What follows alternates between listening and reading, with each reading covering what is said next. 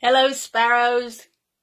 The moon, the moon, the moon, the moon, the moon. Did you see the supermoon last night?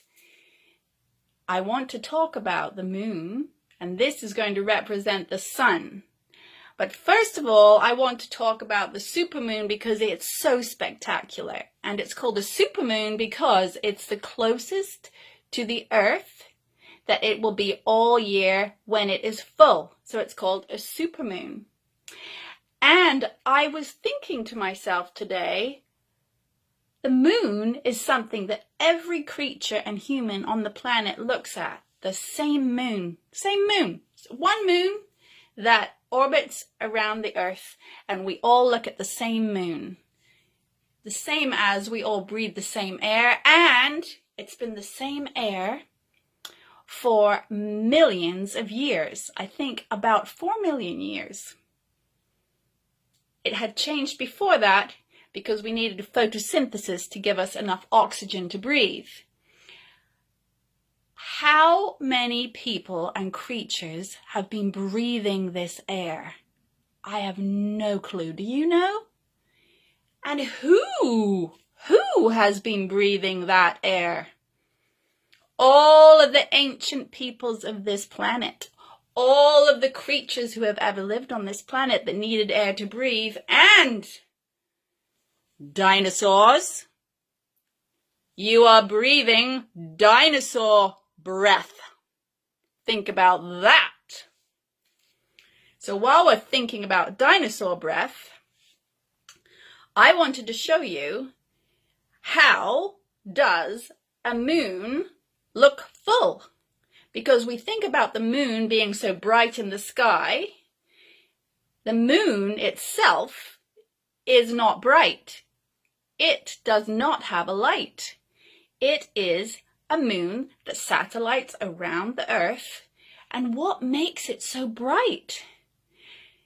The sun shining on it makes it bright. So here, I'm going to invent a way of showing you how that works. So, I haven't done this before, but I'm sure I can do it. This is Pippi Longstocking. A spirit is with me. Plus, can I make my finger do this? Burp, burp, burp, burp, burp. One free wish. I can't remember.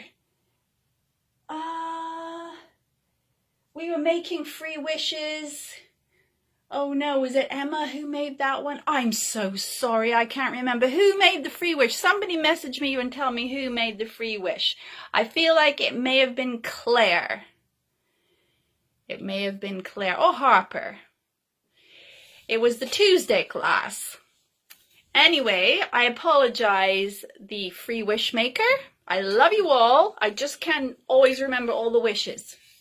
So the wish is going to help us figure this out. So here we have a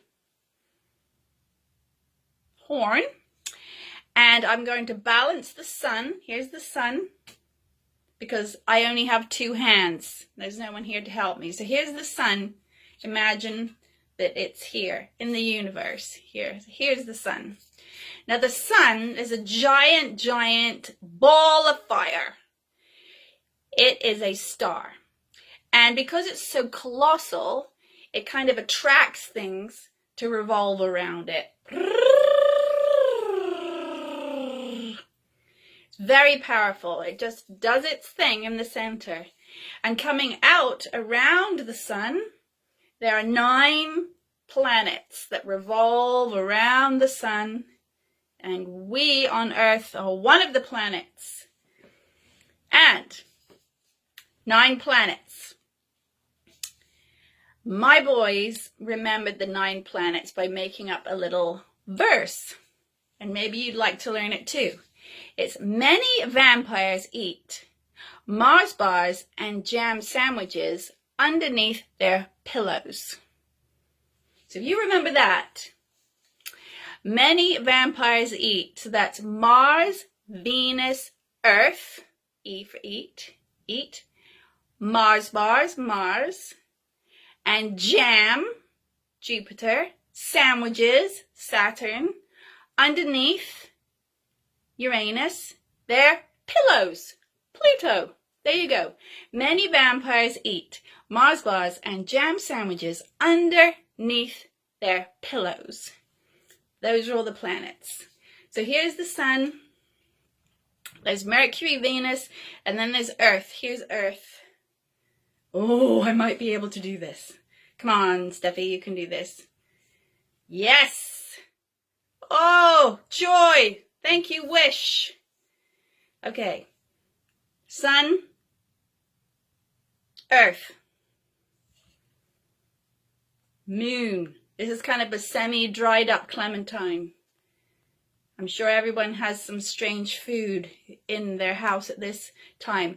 I just ate the last of the Christmas chocolates for supper. Well, dessert. Okay. So what happens is, there's the sun, there's the earth, here's the moon. The moon orbits around the earth, and our moon is a satellite, so it orbits around the earth. Now, when it gets between the sun and the earth, like that, it's in shadow. We cannot see the moon because it's in front of the sun, and it makes a shadow, and we can't see it. But when it comes around, it's sort of, there we go, it's waxing, so it's growing. All these complicated words. And then when it comes here, on this side, the sun, I have to use my nose, sorry, the sun is shining across here, woo, and it shines kind of past the earth, and it shines onto the moon, and it lights it up as if it's like a flashlight shining on something. So when it comes to here, when it's on this side, it's a full moon. So when you look at a full moon, you know that we, the earth, we're in between the moon and the sun, and that makes a full moon. So there it goes, all around, all around, all around. Isn't that exciting? So when you're looking at the full moon, you're actually looking at the sun shining on the moon like a big flashlight. So there we are. That is what a full moon is, and it's a beauty. And here is the beautiful sun. And then one of my favorite little quotes about the sun that Galileo said. Galileo was a very well-known astronomer, but I don't know when he lived. You remember me? In fact, he lived, anyway, a while ago, like 100. I'm not even going to guess. Look up Galileo. He said beautiful words, and he studied the stars. And he said, let me put this close so you can see.